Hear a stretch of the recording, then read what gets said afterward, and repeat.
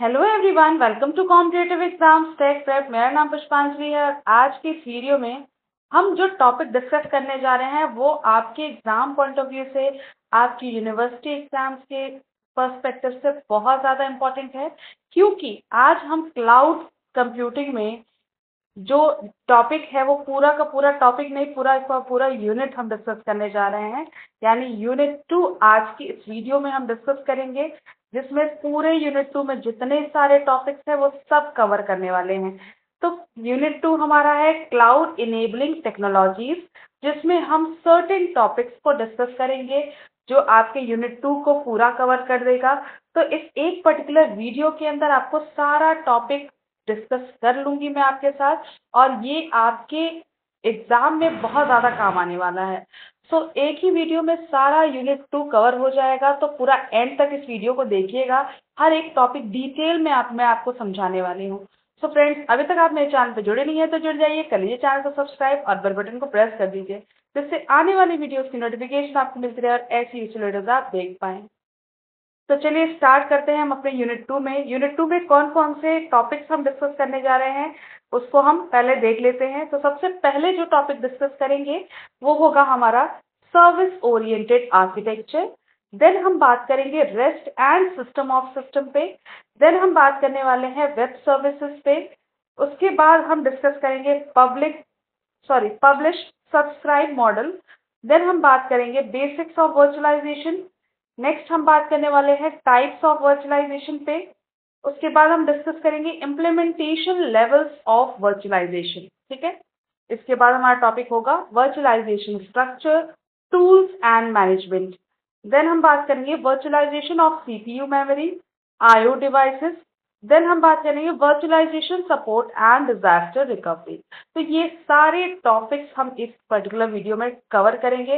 तो वीडियो थोड़ी सी लंबी होने वाली है, तो थोड़ा पेशेंटली आप इसे देखिएगा। तो कुर्सी की पेटी बांध लीजिए और चलिए स्टार्ट करते हैं।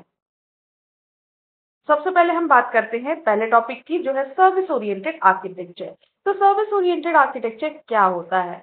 सर्विस ओरिएंटेड आर्किटेक्चर एक मेथड है जिसके थ्रू जो सॉफ्टवेयर डेवलपमेंट होता है उसके लिए हम इसको यूज करते हैं। यानी सर्विस ओरिएंटेड आर्किटेक्चर एक आपका तरीका है सॉफ्टवेयर डेवलपमेंट का, जिसमें हम कुछ सॉफ्टवेयर कंपोनेंट्स को सर्विसेज की तरह यूज करते हैं। ठीक है, यानी हम सॉफ्टवेयर कंपोनेंट्स को सर्विसेज की तरह यूज कर रहे हैं। इसके थ्रू आप अपने एप्लीकेशंस को, यानी बिजनेस एप्लीकेशंस को क्रिएट करते हैं। ऑलराइट, तो सर्विस ओरिएंटेड आर्किटेक्चर एक ऐसा मेथड है जिसको आप सॉफ्टवेयर डेवलपमेंट में काम लाते हैं, और इसको हम अपने सॉफ्टवेयर कंपोनेंट्स, यानी जिसको हम सर्विसेज कह सकते हैं, उसके थ्रू आप बिजनेस एप्लीकेशंस को बनाने में यूज कर सकते हैं। ठीक है, हर एक सर्विस जो है वो आपके बिजनेस के लिए कैपेबिलिटी प्रोवाइड करती है।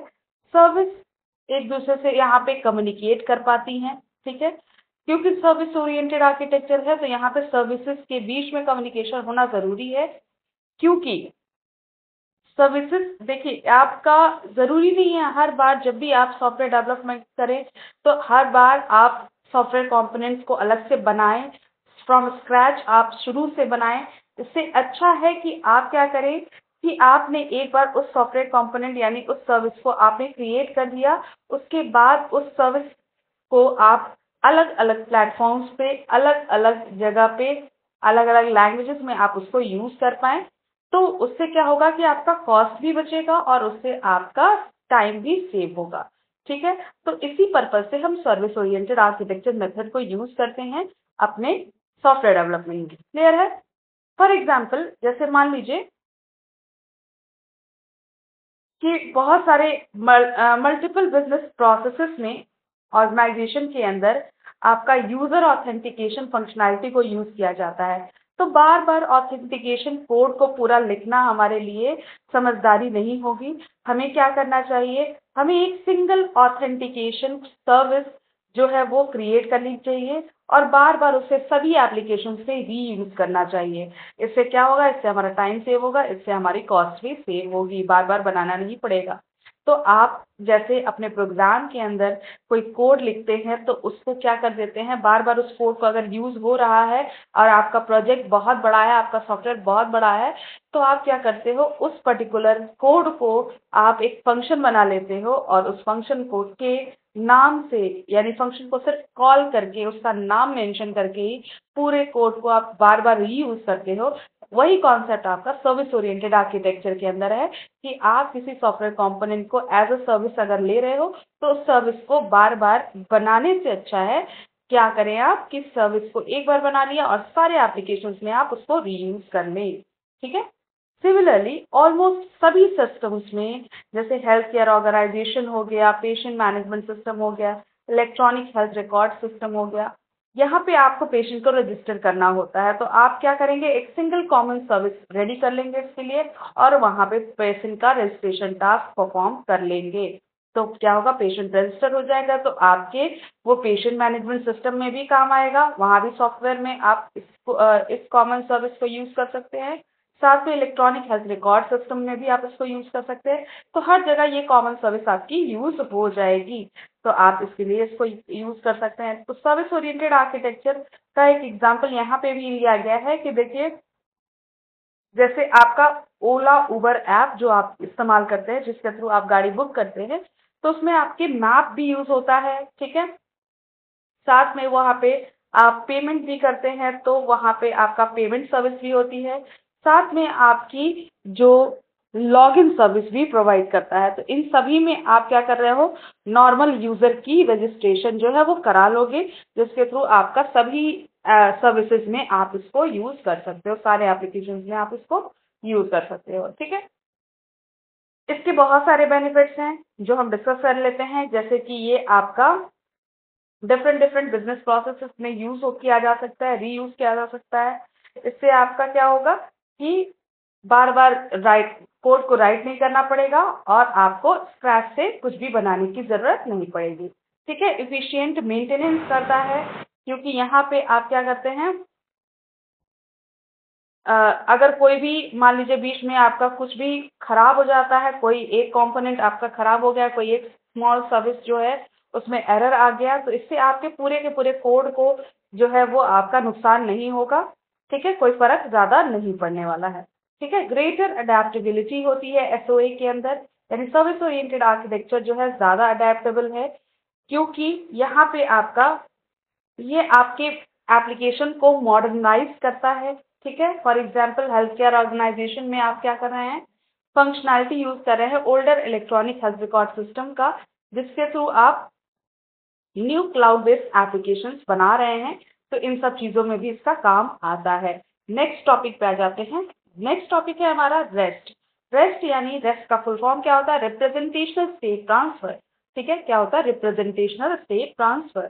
रिप्रेजेंटेशनल स्टेट ट्रांसफर बेसिकली एक आर्किटेक्चरल स्टाइल है जिसके थ्रू आपका स्टैंडर्ड प्रोवाइड किया जाता है कंप्यूटर सिस्टम्स के बीच में। यानी रेस्ट जो है ये एक एपीआई का इस्तेमाल करता है, जिसे हम कहते हैं रेस्ट एपीआई। ठीक है।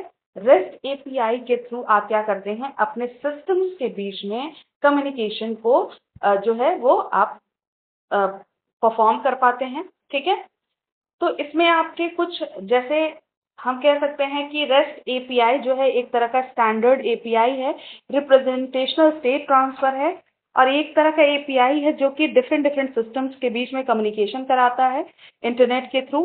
ठीक है। जैसे वेब सर्वर है, यहाँ पे आपका दिख रहा है, और ये आपकी वेबसाइट एप्लीकेशन है। इनके बीच में रेस्ट जो है, रेस्ट एपीआई है, रेस्टफुल एपीआई कह सकते हैं, ये क्या कर रहा है, कम्युनिकेशन करा रहा है। यानी दो सिस्टम्स के बीच में जब इंटरनेट पे कम्युनिकेशन कराना होगा तो हमारा रेस्ट एपीआई यूज करेंगे। ठीक है। यहाँ पे कुछ हम एपीआई के साथ साथ कुछ एचटीटीपी मेथड का भी इस्तेमाल करते हैं, जैसे गेट, पोस्ट, पुट, डिलीट। ये सारे हम रेस्ट एपीआई के साथ एचटीटीपी मेथड यूज करते हैं, जिसके थ्रू आप अलग अलग एक्शंस परफॉर्म कर सकते हैं रिसोर्सेज पे। ठीक है। यानी कौन सा रिसोर्स पे क्या एक्शन परफॉर्म करना है, इसके लिए आप एचटीटीपी मेथड का इस्तेमाल कर सकते हैं। साथ में आप क्रूड ऑपरेशन को भी इसमें अलाइन कर सकते हैं, like create, read, update, delete operation करना है अगर आपको, यानी रिसोर्सेज को बेसिकली मैनिपुलेट करना चाहते हैं, तो उसमें आप क्रूड ऑपरेशन का यूज कर सकते हैं। ठीक है। रेस्ट एपीआई का यूज वहां किया जाता है, जैसे कि मान लीजिए कि आपको क्लाइंट से सर्वर तक डेटा भेजना था, ठीक है, क्लाइंट है, सर्वर है, इसके बीच में आपको डेटा भेजना है। तो आप क्या करोगे, यहाँ पे अगर आप डेटा कोई भेज रहे हो, बीच में अगर मान लीजिए कनेक्शन कट हो गया, तो क्या होगा, आपका डेटा यहाँ तक नहीं पहुंच पाएगा। तो आपको क्या करना होगा, वापस से पूरा का पूरा डिटेल सेंड करना पड़ेगा, यानी किस रिसीवर के पास भेजना है, ये डेटा कहाँ जाएगा, किस रूट से जाएगा, सारा कुछ आपको भेजना पड़ेगा। यानी हर एक रिक्वेस्ट जो है क्लाइंट की सर्वर तक जाने की, उसमें सारी की सारी इंफॉर्मेशन सर्वर से रिलेटेड होनी चाहिए, ठीक है, इससे आपके रिक्वेस्ट फुलफिल हो पाए। क्योंकि यहाँ पे कोई भी सेशन स्टेट जो है वो स्टोर नहीं होता है सर्वर पे, कि सर्वर पे ये पता चले कि कहाँ से ये रिक्वेस्ट आ रही है। तो रिक्वेस्ट में आपके इंफॉर्मेशन भी होनी चाहिए, यानी सेंडर की इंफॉर्मेशन होनी चाहिए, कहाँ से आ रहा है, कहाँ जाना है, ये सारा कुछ, ठीक है।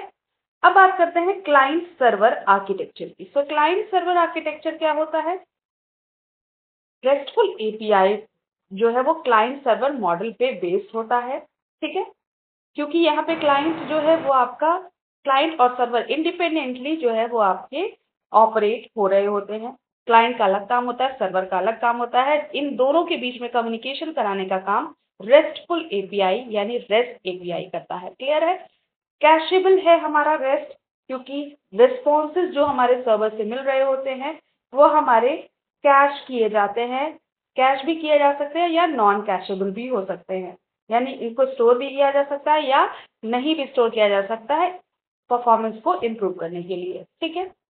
यूनिफॉर्म इंटरफेस होता है इसके अंदर, यानी रेस्ट एपीआई जो है वो आपका कन्वेंशन एंड कंस्ट्रेंट को फॉलो करता है। यूआरएल पाथ जो है यहाँ पे कंसिस्टेंट होते हैं। स्टैंडर्डाइज्ड एचटीटीपी मेथड को यूज किया जाता है, स्टेटस कोड्स को यूज किया जाता है। इससे आपका कम्युनिकेशन जो होता है सर्वर और क्लाइंट के बीच में वो स्मूथ होता है, ठीक है। लेयर्ड सिस्टम क्या होता है, लेयर्ड सिस्टम यानी रेस्ट एपीआई जो है वो आपका मल्टीपल लेयर्स पे डिप्लॉय होता है, एक लेयर पे डिप्लॉय नहीं होता है, ठीक है। और इससे आपकी क्या होगी, सिक्योरिटी बढ़ जाती है और स्केलेबिलिटी भी बढ़ जाती है। नेक्स्ट बात करें सिस्टम ऑफ सिस्टम पे। तो सिस्टम ऑफ सिस्टम एक कलेक्शन है जिसमें आपकी मल्टीपल इंडिपेंडेंट सिस्टम को एक साथ कलेक्ट किया जाता है और उसके थ्रू आप एक लार्जर और कॉम्प्लेक्स सिस्टम बनाते हैं। तो सिस्टम ऑफ सिस्टम का बेसिकली कॉन्सेप्ट यही है कि ये आपके मल्टीपल सिस्टम्स का कलेक्शन किया जाता है और इनका कलेक्शन करके as a part of larger complex system हम बनाते हैं, ठीक है। इससे क्या होगा कि अब जब हमारे सारे सिस्टम को इंटर रिलेटेड कर देंगे तो वो आपस में इंटरैक्ट करेंगे, इंटरडिपेंडेंट कंपोनेंट्स वहां पे फॉर्म होंगे। इससे आपका थोड़ा सा आपका क्या कॉम्प्लेक्स और यूनिफाइड होल फॉर्म हो जाएगा, ठीक है। गोल क्या होता है, तब हम क्यों बना रहे हैं ऐसा कॉम्प्लेक्स सा और बड़ा सा system. The goal of an SOS architecture is to maximum value out of a large system by understanding how each of the smaller system works, interfaces and it is used, ठीक है। सो गोल क्या है हमारे SOS architecture का, इससे हमारे largest system जो हम बना रहे हैं उससे हम मैक्सिमम वैल्यू निकाल पाए, ठीक है। जैसे कि हम देख पा रहे हैं कि कैसे कैसे हमारे छोटे छोटे सिस्टम्स वर्क कर रहे हैं अलग अलग इंडिविजुअली। तो इनको हम अगर मिला दें, एक साथ कम्युनिकेट कराएं, इंटर रिलेट कराएं, तो उससे हमारे क्या ज्यादा से ज्यादा आउटकम आ रहा है, इसीलिए हम सिस्टम ऑफ सिस्टम को यूज करते हैं। तो ये ज्यादातर बिजनेस में भी यूज किया जाता है, जैसे बैंकिंग और फाइनेंशियल सिस्टम्स में यूज किए जाते हैं। एजुकेशन में इनका रिसर्च किया जाता है, ठीक है। एंड एजुकेशन में भी हम इसको यूज करते हैं, यूनिवर्सिटीज में हम इनका यूज करते हैं। साथ में आप गवर्नमेंट एजेंसीज में इनका इन पे रिसर्च होता है, ठीक है, सिस्टम ऑफ सिस्टम पे। हेल्थ केयर में भी इसको यूज करते हैं, ठीक है। अब बात करते हैं, नेक्स्ट टॉपिक है हमारा थर्ड टॉपिक जो है वेब सर्विसेज। वेब सर्विसेज में आपके वो वेब बेस्ड एप्लीकेशंस आते हैं जिनको हम ओपन स्टैंडर्ड अलाउ करते हैं over an internet protocol backbone. इससे क्या होता है, वेब सर्विसेज जो बेसिकली है क्या, वेब बेस्ड एप्लीकेशंस को इंटीग्रेट किया जाता है वेब सर्विसेज के अंदर। और यहाँ पे दो इलेक्ट्रॉनिक डिवाइसेस के बीच में नेटवर्क पे अगर कम्युनिकेशन कराना है तो हम वेब सर्विसेज का इस्तेमाल करते हैं, ठीक है। कंपोनेंट्स क्या क्या होते हैं? तो वेब सर्विसेज में आपकी पहला कंपोनेंट होता है XML, ठीक है, यानी एक्सटेंसिबल मार्कअप लैंग्वेज। ये आपके डॉक्यूमेंट का स्ट्रक्चर क्रिएट करता है, ठीक है। SOAP इस्तेमाल किया जाता है, यानी simple object access protocol use किया जाता है, और ये बेसिकली मैसेजिंग प्रोटोकॉल होता है जो कि XML पे बेस्ड होता है, और इसके थ्रू आप क्या कर सकते हैं? It is intended to be used together with other protocols। ये आपके अदर प्रोटोकॉल्स और टेक्नोलॉजीज के साथ यूज करके इसको हम एक फ्रेमवर्क को बिल्ड करते हैं बेसिकली, ठीक है। अब नेक्स्ट जो हमारा इसमें आता है वो आता है WSDL, यानी वेब सर्विसेज डिस्क्रिप्शन लैंग्वेज। ये जो लैंग्वेज है ये आपका बेसिकली ये एक फाइल है, ठीक है, WSDL फाइल है जो कि another XML based file describing what web services does the client application, ठीक है, यानी क्लाइंट एप्लीकेशन के पास क्या क्या वेब सर्विसेज हैं, इसके लिए ये फाइल डिस्क्राइब करता है कि क्या क्या वेब एप्लीकेशन क्लाइंट क्या क्या वेब सर्विसेज क्लाइंट एप्लीकेशन जो है वो यूज कर रहा है। उसकी एक डिस्क्रिप्टिव आपकी फाइल होती है WSDL, यानी वेब सर्विसेज डिस्क्रिप्टिव लैंग्वेज, ठीक है। ये आपका बेसिकली डॉक्यूमेंट है जो क्लाइंट एप्लीकेशन जिससे जिससे क्लाइंट एप्लीकेशन को पता चलता है कि where the web service is located and how it is use, कैसे वो इस्तेमाल होगा और कहाँ पे वो वेब सर्विस आपकी लोकेटेड है, ठीक है। नेक्स्ट बात करें UDDI, यानी universal description discovery and integration, ठीक है। UDDI एक डिस्कवरी है वेब सर्विसेज की, और इसके थ्रू वेब सर्विसेज को पब्लिश किया जाता है in the discovery type of repository, ठीक है। One of the possible functionality deliverables include the ability to let a service provider advise their services and enable the consumer to search for service they need। यानी ये basically क्या करता है, जो आपका UDDI है ये आपका पब्लिश करने के लिए वेब सर्विसेज को पब्लिश करने के लिए यूज किया जाता है। साथ में ये एबिलिटी प्रोवाइड करता है सर्विस प्रोवाइडर को बताता है कि किस किस तरह की सर्विस जो है कंज्यूमर कंज्यूम करना चाहता है, किस तरह की सर्विसेज को नीड है, ठीक है, ये बताता है हमारा UDDI। रेस्ट जो है, रेस्ट हमारा हमने पढ़ा कि रेस्ट क्या है, एक वर्किंग मॉडल है जो कि आपका वेब एप्लीकेशंस को बिल्ड करने में हेल्प करता है, ठीक है, सिस्टम्स को कम्युनिकेट कराने में हेल्प करता है। HTTP हमारा क्या है, एक प्रोटोकॉल है जिसके थ्रू आप www यानी वर्ल्ड वाइड वेब पे आप जो है काम कर पाते हैं, इंफॉर्मेशन को क्लाइंट से सर्वर तक एक्सचेंज कर पाते हैं, ठीक है। जेसन क्या है, जावास्क्रिप्ट ऑब्जेक्ट नोटेशन। जेसन जो है basically easy to read data format होता है, और इससे आप डेटा को एक्सचेंज करते हैं, और बेसिकली ये rest based web service systems में यूज किया जाता है। बेसिकली यूट्यूब पे भी हम जेसन का ही यूज करते हैं, ठीक है। नेक्स्ट टॉपिक आता है हमारा पब्लिशर सब्सक्राइबर मॉडल, ठीक है। पब्लिशर सब्सक्राइबर मॉडल जो है ये एक मैसेजिंग पैटर्न है जो कि आपका सॉफ्टवेयर आर्किटेक्चर में यूज किया जाता है। इसके थ्रू आप असिंक्रोनस कम्युनिकेशन अगर सिस्टम्स के बीच में कराना चाहते हैं तो आप इसको यूज कर सकते हैं। यानी पब्लिशर सब्सक्राइबर मॉडल एक मैसेजिंग पैटर्न है जो आपके डिफरेंट डिफरेंट सिस्टम के कंपोनेंट्स के में कह लीजिए या डिफरेंट डिफरेंट सिस्टम्स के बीच में असिंक्रोनस कम्युनिकेशन कराने के लिए यूज किया जाता है। और इस मॉडल के अंदर आपका एक पब्लिशर होता है, एक सब्सक्राइबर होता है, ठीक है।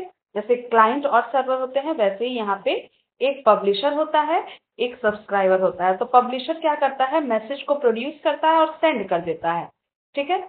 और सब्सक्राइबर क्या होता है, रिसीव करता है और कंज्यूम कर लेता है, ठीक है। तो दो आपके यहाँ पे पब्लिशर सब्सक्राइबर क्यों कह रहे हैं, जैसे क्लाइंट सर्वर मॉडल होता है वैसे ही आपका पब्लिशर सब्सक्राइबर मॉडल होता है। तो publisher is which generate the message, ठीक है, and send it to the topics यानी टॉपिक क्या होता है, देखिए यहाँ पे आपको दिख रहा है कि आपके कुछ कंपोनेंट्स होते हैं पब्लिश सब्सक्राइब मॉडल के। जैसे पब्लिशर होता है, सब्सक्राइबर होता है। जैसे मैंने बताया पब्लिशर वो है जो आपका जनरेट कर रहा है और सेंड कर रहा है मैसेज, और सब्सक्राइबर वो है जो रिसीव कर रहा है और कंज्यूम कर रहा है मैसेज को। साथ में टॉपिक्स होते हैं, यानी टॉपिक्स को हम चैनल कहते हैं या फिर कैटेगरीज कहते हैं, जिस पे आप मैसेज को पब्लिश करना है। जिस चैनल पे, जिस मीडियम पे आप भेज रहे हैं वो आपका टॉपिक कहलाएगा। मैसेज ब्रोकर्स भी होते हैं। मैसेज ब्रोकर्स इंटरमीडिएटरीज का काम करते हैं, जो कि आपके मैसेज के रूट को मैनेज करते हैं कि किस रूट से आपका मैसेज जो है वो पब्लिशर से सब्सक्राइबर तक जाएगा। उसको जो आपका मैनेज करता है वो होता है मैसेज ब्रोकर। ठीक है। रियल लाइफ एग्जाम्पल की बात करें तो जैसे ट्विटर का एग्जाम्पल दिया है यहाँ पे कि ट्विटर में आप क्या करते हो, ट्वीट करते हो। तो यूजर जो ट्वीट करता है वो यूजर क्या कर रहा है, ट्वीट कर रहा है। तो यूजर क्या है, पब्लिशर है। और जो उसको फॉलो कर रहे हैं, उस ट्वीट को फॉलो कर रहे हैं, वो कौन है, सब्सक्राइबर है। ठीक है। तो और जहाँ पे जिस मीडियम पे वो ट्वीट कर रहा है, या जैसे आपका ट्वीट कर रहा है जिस टॉपिक पे, वो आपका क्या कहलाएगा, टॉपिक कहलाएगा। ठीक है। यानी यूजर की ट्वीट जो होगी वो टॉपिक कहलाएगा।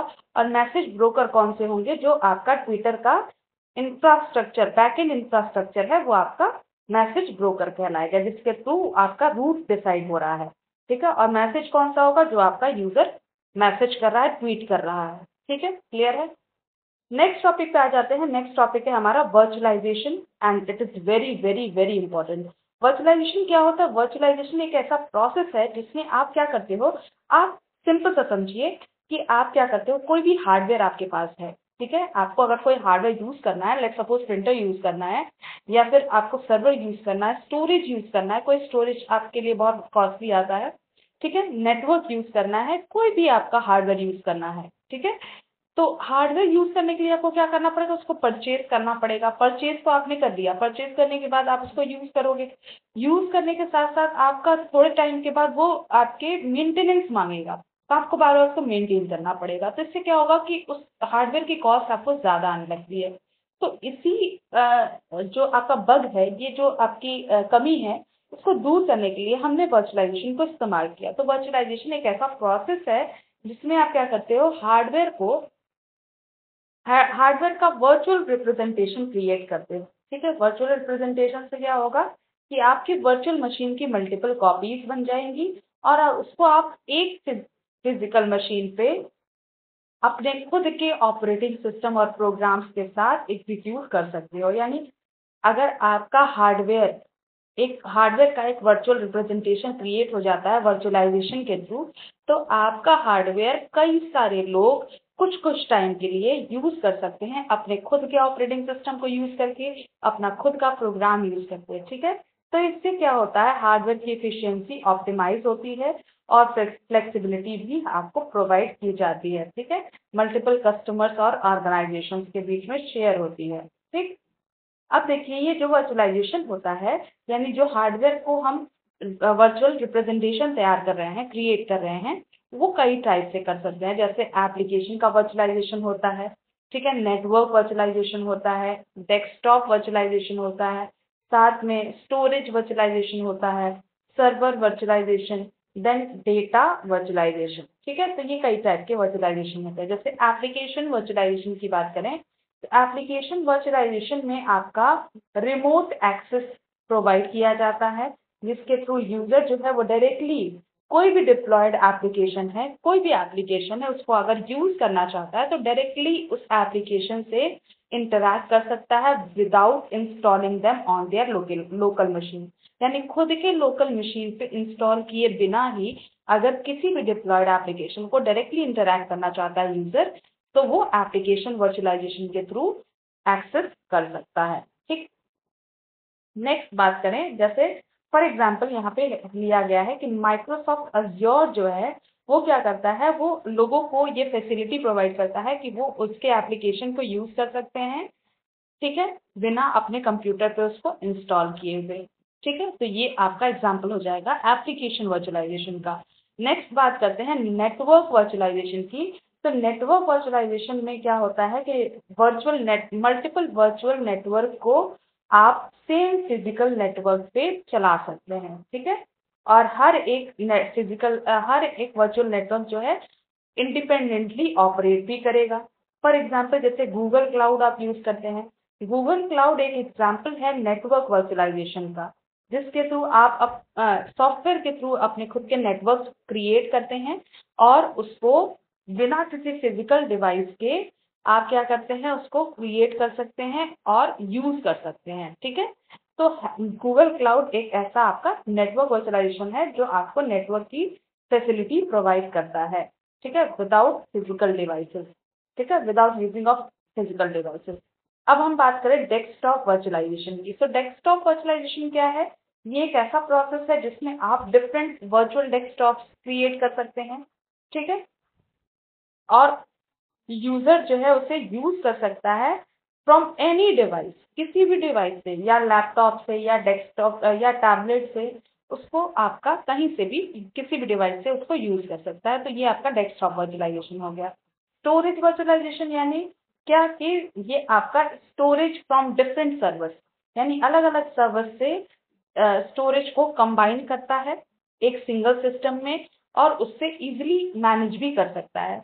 तो जितना चाहें आप उतना स्टोरेज आप यूज कर सकते हैं with the help of storage virtualization, क्योंकि ये आपको यहाँ पे फिजिकली स्टोरेज खरीदने की जरूरत नहीं है। आप अलग अलग सर्वर से स्टोरेज को कंबाइन करा के एक सिंगल सिस्टम में कन्वर्ट करा सकते हैं और उसे आप यूज कर सकते हैं। सर्वर वर्चुअलाइजेशन क्या होता है? Server virtualization splits a physical server into multiple virtual server। तो फिजिकल सर्वर को हम वर्चुअल सर्वर में कन्वर्ट कर देते हैं और हर एक वर्चुअल सर्वर इंडिपेंडेंटली वर्क भी करता रहता है। ठीक है, नेक्स्ट टॉपिक है हमारा implementation levels of virtualization. Implementation levels कौन कौन से हैं? तो आपके कई सारे लेवल्स हैं इम्प्लीमेंटेशन के, यानी वर्चुअलाइजेशन जो है वो कई सारे लेवल्स में आपका क्रिएट होता है। जैसे सबसे पहले बात करें तो आपका आता है इंस्ट्रक्शन सेट आर्किटेक्चर लेवल, जिसको हम आईएसए लेवल भी कहते हैं। ठीक है, फिर आता है आपका हार्डवेयर एब्स्ट्रैक्शन लेयर, जिसको आप क्या कहते हैं, HAL भी कहते हैं। फिर आपका आता है ऑपरेटिंग सिस्टम लेवल। फिर आता है आपका लाइब्रेरी लेवल, जिसको यूजर लेवल API भी कहते हैं। फिर आता है एप्लीकेशन लेवल। ठीक है, तो ये आपके कुछ वर्चुअलाइजेशन के लेवल्स हैं। तो पहले हम बात कर लेते हैं इंस्ट्रक्शन सेट आर्किटेक्चर लेवल की। ठीक है, इंस्ट्रक्शन सेट आर्किटेक्चर लेवल क्या होता है? इंस्ट्रक्शन सेट आर्किटेक्चर लेवल एक वर्चुअलाइजेशन के लिए काम करता है, यानी वर्चुअलाइजेशन में यूज किया जा सकता है। अब पहला लेवल होता है ISA लेवल। ये आपका बेसिकली एक ISA लेवल इमुलेट किया जाता है यहाँ पे होस्ट मशीन की ISA लेवल से। ठीक है, ये बेसिकली क्या करता है? तो इस स्ट्रेटजी से आप लार्ज वॉल्यूम में लिगेसी बाइनरी कोड राइट कर सकते हैं। ठीक है, और ये डिफरेंट हार्डवेयर होस्ट मशीन को प्रोवाइड किया जाता है। ठीक है, नेक्स्ट आता है आपका HAL यानी hardware abstraction level. Abstraction level जो है ये आपका अवेलेबल होता है right on top of the bare hardware, और एक साइड पे आपका यहाँ पे वर्चुअल हार्डवेयर एनवायरनमेंट यूज किया जाता है। ठीक है, और अदर साइड पे प्रोसेस कंट्रोल यूज किया जाता है, जिसके थ्रू आप वर्चुअलाइजेशन करते हैं। ठीक है, नेक्स्ट लेवल आता है operating system level. Operating system level क्या होता है? वर्चुअलाइजेशन मॉडल में आप एब्स्ट्रैक्ट लेयर भी क्रिएट कर सकते हैं between the operating system and the user application. ठीक है, और इस लेवल पे क्या होता है? It is an isolated container on the operating system and the physical server, which uses the software and hardware.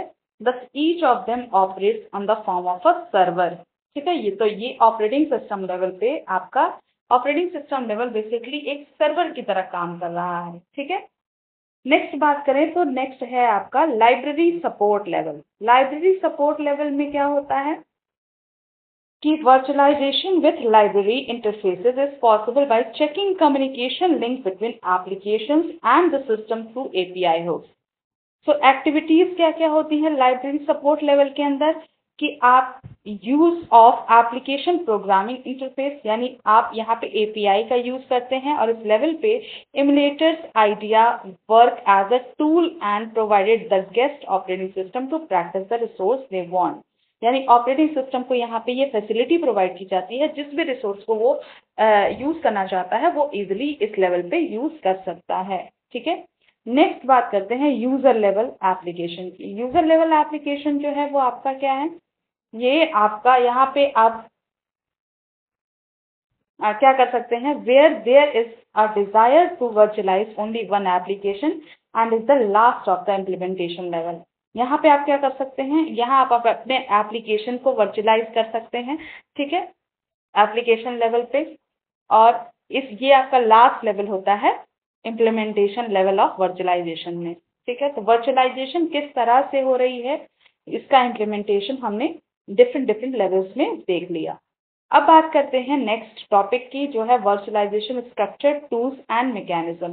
तो वर्चुअलाइजेशन से पहले जो ऑपरेटिंग सिस्टम होते थे वो आपके हार्डवेयर को मैनेज करना पड़ता था उनको। ठीक है, और वर्चुअलाइजेशन के बाद जो वर्चुअलाइजेशन लेयर्स इंसर्ट की गई हार्डवेयर के बीच में और ऑपरेटिंग सिस्टम के बीच में, इसके थ्रू आपको बहुत ज़्यादा सहूलियत मिली। ठीक है, तो उस केस में वर्चुअलाइजेशन लेयर्स जो है वो रिस्पॉन्सिबल हो गई for converting portion of real hardware into virtual hardware. ठीक है, इसी के थ्रू आपने क्या किया कि जब वर्चुअलाइजेशन नहीं था तो आपको खुद से आपका ऑपरेटिंग सिस्टम क्या करता था, हार्डवेयर को मैनेज करना पड़ता था ऑपरेटिंग सिस्टम को। और जब वर्चुअलाइजेशन आ गया तो वर्चुअलाइजेशन लेयर्स आपके बीच में हार्डवेयर और ऑपरेटिंग सिस्टम के बीच में इंसर्ट कर दी गई, और सारे वर्चुअलाइजेशन लेयर्स जो है वो रिस्पॉन्सिबल हो गए कि उनसे रियल हार्डवेयर को वर्चुअल हार्डवेयर में कन्वर्ट किया गया। ठीक है, और वर्चुअलाइजेशन लेयर की पोजीशन के हिसाब से बहुत सारे आपके वर्चुअल मशीन आर्किटेक्चर की क्लासेस होती हैं। कौन कौन सी क्लासेस होती हैं, तो जैसे हाइपरवाइजर आर्किटेक्चर होता है, पैरा वर्चुअलाइजेशन होता है, और होस्ट बेस्ड वर्चुअलाइजेशन होता है। हाइपरवाइजर क्या होता है, जैसा कि फंक्शनैलिटी आप वो डिपेंड करेगा कि फंक्शनैलिटी कैसी है। Depending on the functionality, hypervisor जो है वो क्या करता है, अज्यूम करता है अ माइक्रो कर्नल आर्किटेक्चर। ठीक है, माइक्रो कर्नल आर्किटेक्चर को अज्यूम करता है, और ये जो कर्नल है वो includes only the basic and unchanging function. ठीक है, ये यहाँ पे जो आपका माइक्रो कर्नल है वो आपका सिर्फ कौन से फंक्शंस लेता है जो कि चेंज ना हो। ठीक है, device drivers and other changeable components are outside the hypervisor. यानी हमारा कहने का क्या मतलब है, आप ठीक से समझिएगा, इसको फिर से समझा देती हूँ कि जो हमारा टॉपिक है वो है virtualization structure, tools and mechanism. तो वर्चुअलाइजेशन किस तरह से स्ट्रक्चर हो रहा है, कैसे काम कर रहा है, तो कौन कौन से टूल्स इस्तेमाल किए जा रहे हैं। तो टूल्स में सबसे पहले आ रहा है तो हाइपरवाइजर आर्किटेक्चर। ठीक है, फिर आ रहा है पैरा वर्चुअलाइजेशन, और आपका आ रहा है होस्ट बेस्ड वर्चुअलाइजेशन। तो सबसे पहले जब हाइपरवाइजर की बात करें तो हाइपरवाइजर में आपका क्या होता है, एक माइक्रो कर्नल आर्किटेक्चर होता है। ये आपके सिर्फ उन फंक्शन से डील करता है जो कि चेंज ना हो। यानी आपका अगर कोई भी डिवाइस ड्राइवर है या कोई भी ऐसा कंपोनेंट है जो चेंजेबल है, जो बाद में जाके चेंज हो जाएगा, तो उसको हम हाइपरवाइजर के बाहर ही रखते हैं। ठीक है, सिर्फ उनको लेते हैं जो कि चेंजेबल नहीं है। ठीक है, नेक्स्ट बात करें एक्सेन आर्किटेक्चर की। तो एक्सेन आर्किटेक्चर एक ओपन सोर्स हाइपरवाइजर प्रोग्राम है जो कि सेपरेट करता है पॉलिसी ऑफ मैकेनिज्म को। ठीक है, फिर हम आ जाते हैं होस्ट बेस्ड वर्चुअलाइजेशन पे। होस्ट बेस्ड वर्चुअलाइजेशन एक ऑल्टरनेटिव है वर्चुअल मशीन आर्किटेक्चर का। इसको आप इसके थ्रू आप क्या कर सकते हैं, वर्चुअलाइजेशन लेयर्स को आप होस्ट पे इंस्टॉल कर सकते हैं। ठीक है, और ये आपका हार्डवेयर को मैनेज करता है बेसिकली। ठीक है,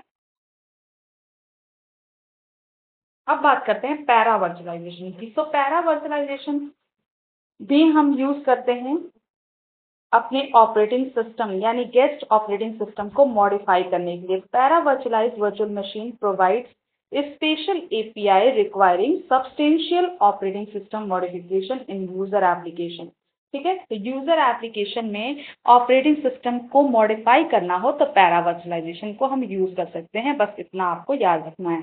ठीक है, वर्चुअलाइजेशन ऑफ सीपीयू। नेक्स्ट हमारा टॉपिक आ गया virtualization of CPU memory and IO devices. कैसे हम वर्चुअलाइज करते हैं सीपीयू मेमोरी और आईओ डिवाइसेस को। तो वर्चुअलाइजेशन को सपोर्ट करने के लिए प्रोसेसर्स जो हैं, जैसे आपका x86 आ गया, ठीक है, ये आपके स्पेशल रनिंग मोड होते हैं और इन्हें हम हार्डवेयर असिस्टेड वर्चुअलाइजेशन भी कहते हैं।